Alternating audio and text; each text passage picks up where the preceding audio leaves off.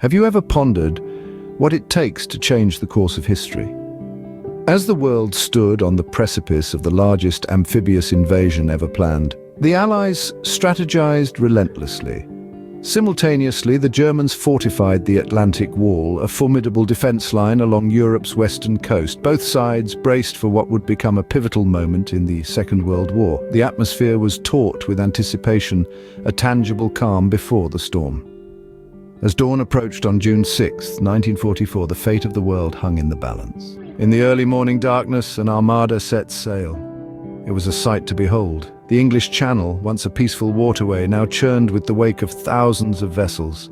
This was no ordinary crossing, this was an invasion. Men huddled on ships, steeling their nerves for the battle to come. Up above, paratroopers dotted the sky, descending into enemy territory. Their mission was to secure key locations and sow confusion amongst the enemy ranks. Meanwhile, the Allies were playing a high-stakes game of deception. Operation Bodyguard was in full swing, tricking the Axis powers into believing the invasion would occur elsewhere. It was a ruse of epic proportions, a masterstroke of strategic misdirection. The weather, unpredictable and fickle, became an unlikely ally. It provided the element of surprise. The storm that had delayed the invasion also kept the enemy guessing. By sunrise, the largest seaborne invasion in history was in full swing. The longest day had begun. As daylight broke, the real battle began. The assault was launched on 5 beaches, each with a codename straight from a spy thriller: Utah, Omaha, Gold, Juno, and Sword. At Utah, the American 4th Infantry Division met with surprisingly light resistance. The sea was rough, the weather unforgiving, yet the soldiers pressed on, securing the beach by the afternoon.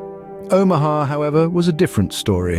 The American 1st and 29th Infantry Divisions faced a maelstrom of firepower from the German 352nd Infantry Division. The beach was a deadly maze of mines and obstacles.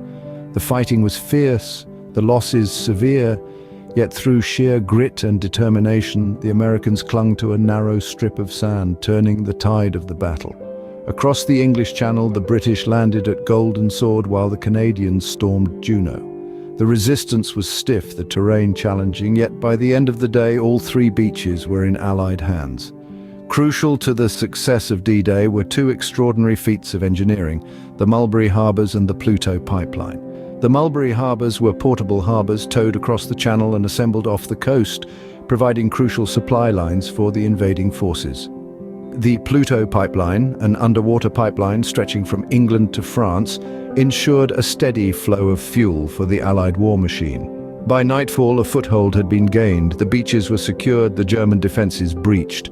But victory came at a steep cost. Thousands of men had fallen, victims of the ferocity of the conflict, their sacrifices etched forever in the sands of Normandy. Yet, as the sun set on the longest day, there was a sense of hope.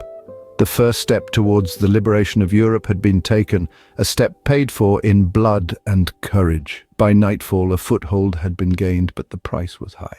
In the days following D-Day, the world held its breath. The beaches of Normandy, once serene, now bore the scars of war, a haunting testament to the sacrifices made by the brave men who fought there.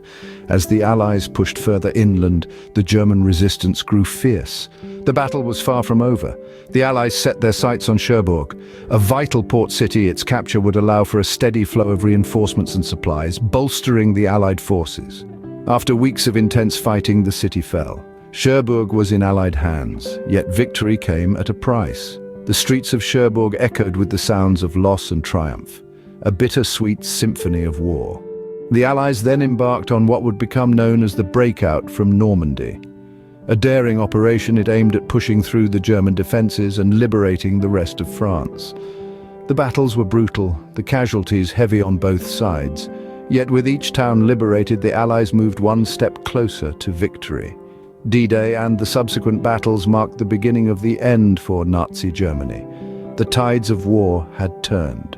The once invincible German war machine was now on the defensive, a sign of things to come. D-Day, a day etched in history, forever remembered as the turning point of World War II.